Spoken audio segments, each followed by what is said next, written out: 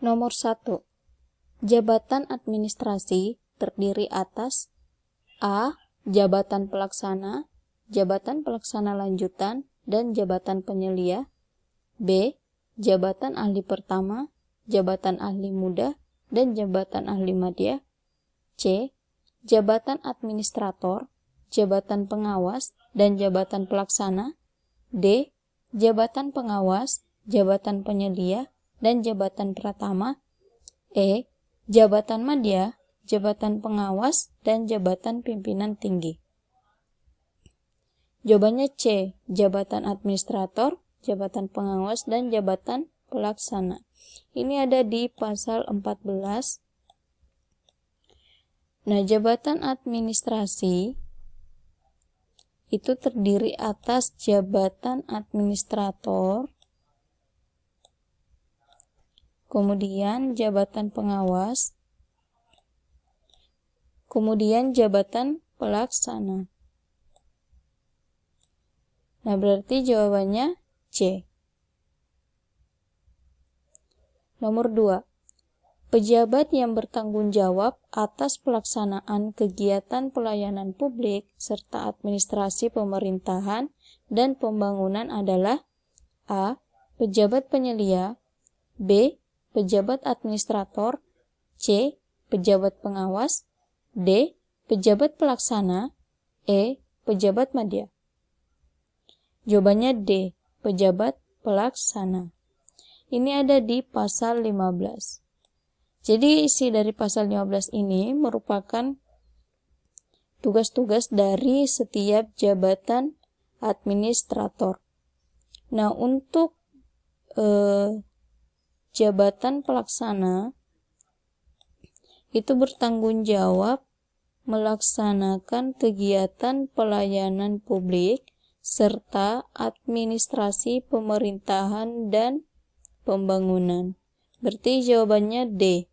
Pejabat pelaksana. Tapi coba kita lihat tugas-tugas dari jabatan administrasi lainnya. Nah, yang pertama itu ada jabatan administrator. Jabatan administrator itu bertanggung jawab memimpin pelaksanaan seluruh kegiatan pelayanan publik serta administrasi pemerintahan dan pembangunan. Untuk jabatan pengawas, dia bertanggung jawab mengendalikan pelaksanaan kegiatan yang dilakukan oleh pejabat pelaksana. Nah, untuk bertanggung jawab pelaksanaan kegiatan pelayanan publik itu dilakukan oleh pejabat pelaksana. Berarti jawabannya D. Pejabat pelaksana. Nomor 3. Jabatan fungsional dalam ASN terdiri atas jabatan fungsional A. Keahlian dan pelaksana, B. Pimpinan tinggi dan administrasi, C. Pelaksana dan pimpinan tinggi, D. Pratama dan madya, E. Keahlian dan keterampilan. Jawabannya E. Keahlian dan keterampilan. Ini ada di pasal 18. Jadi jabatan fungsional itu terdiri atas jabatan fungsional keahlian dan jabatan fungsional keterampilan. Jadi jawabannya E. Keahlian dan keterampilan. Nomor 4. Jabatan fungsional keahlian terdiri dari A. Ahli pertama, ahli muda, dan ahli madya, B. Ahli pratama, ahli muda, dan ahli madya, C. Ahli pertama, ahli muda, ahli madya, dan ahli utama, D. Ahli pelaksana, ahli penyelia, dan ahli utama, dan ahli pimpinan tinggi, E. Ahli pertama, ahli muda, ahli administrator, dan ahli utama. Jawabannya C. Ahli pertama, ahli muda, ahli madya, dan ahli utama. Jadi jabatan fungsional kalian itu terdiri dari ahli pertama, ahli muda, ahli madya, dan ahli utama. Nah, kalau di undang-undang ini dia menyusunnya dari yang tertinggi hingga yang terendah, tapi jawaban saya sengaja menyusunnya dari yang terendah hingga jabatan yang tertinggi. Nah, untuk jabatan fungsional keahlian itu yang paling terendah adalah jabatan ahli pertama, kemudian ahli muda, ahli madya, dan ahli utama yang paling tertinggi. Jadi jawabannya C ya. Nomor 5. Di bawah ini urutan jabatan fungsional keterampilan dari jabatan tertinggi hingga terendah yang benar adalah A. Mahir, penyelia, terampil, dan pemula. B. Pemula, mahir, penyelia, dan terampil. C. Penyelia, mahir, terampil, dan pemula. D. Terampil, penyelia, mahir, dan pemula. E. Pemula, mahir, terampil, dan penyelia. Jawabannya C. Penyelia, mahir, terampil, dan pemula. Ini ada di ayat 3, jabatan fungsional keterampilan terdiri atas. Jadi ini kan kita soalnya meminta jabatan tertinggi hingga terendah.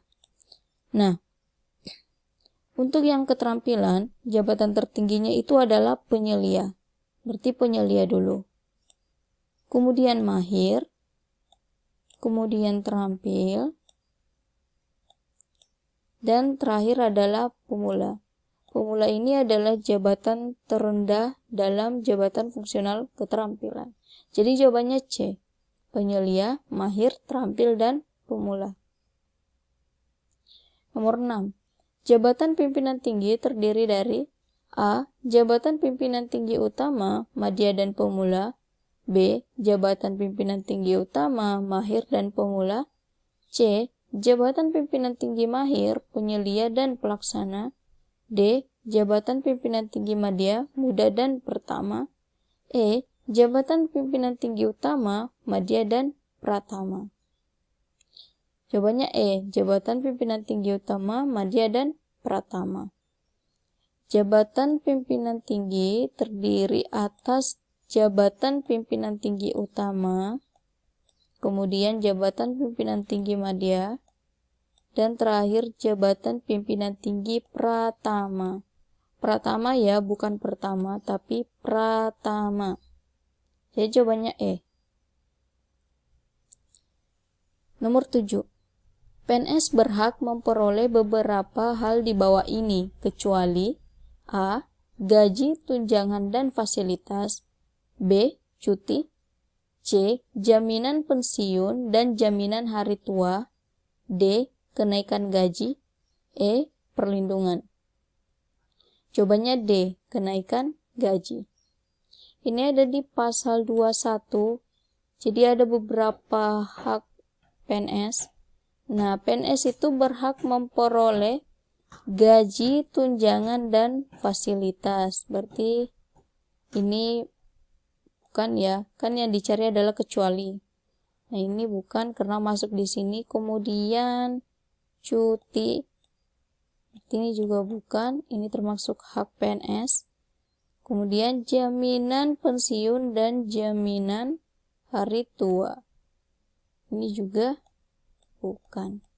Kemudian ada perlindungan, dan terakhir adalah pengembangan kompetensi. Berarti yang bukan hak dari PNS yaitu kenaikan gaji. Jawabannya D. Jadi ada 5 ya hak PNS: gaji, tunjangan, dan fasilitas, cuti, jaminan pensiun dan jaminan hari tua, perlindungan, dan pengembangan kompetensi. Nomor 8. Yang bukan termasuk dari hak PPPK adalah A. Fasilitas, B. Gaji dan tunjangan, C. Cuti, D. Perlindungan, E. Pengembangan kompetensi. Jawabannya A. Fasilitas. Ini ada di pasal 22. PPPK berhak memperoleh gaji dan tunjangan, kemudian cuti, kemudian perlindungan, Dan terakhir, pengembangan kompetensi. Berarti yang bukan termasuk dari hak PPPK adalah fasilitas. Jadi jawabannya A, fasilitas. Nomor 9. Pemegang kekuasaan tertinggi dalam kebijakan pembinaan profesi dan manajemen ASN adalah A. PYB, B. PPK, C. BKN, D. Menteri, E. Presiden. Jawabannya E. Presiden. Ini ada di pasal 25. Presiden selaku pemegang kekuasaan pemerintahan merupakan pemegang kekuasaan tertinggi dalam kebijakan pembinaan profesi dan manajemen ASN. Jadi jawabannya adalah presiden. Nomor 10. Presiden mendelegasikan sebagian kekuasaannya dalam hal berkaitan dengan kewenangan monitoring dan evaluasi pelaksanaan kebijakan dan manajemen ASN untuk menjamin perwujudan sistem merit serta pengawasan terhadap penerapan asas serta kode etik dan kode perilaku ASN kepada A. Kementerian Pendayagunaan Aparatur Negara, B. KSN, C. LAN, D. BKN, E. PYB.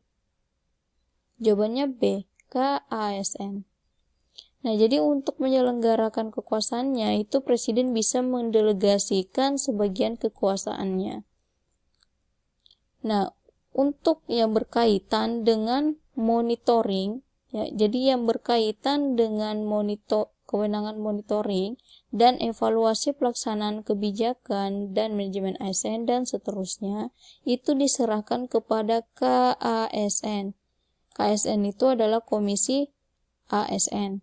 Nah, berkaitan dengan kewenangan monitoring dan evaluasi pelaksanaan kebijakan dan manajemen ASN untuk menjamin perwujudan sistem merit serta pengawasan terhadap penerapan asas serta kode etik dan kode perilaku ASN. Jadi jawabannya adalah B, Komisi ASN.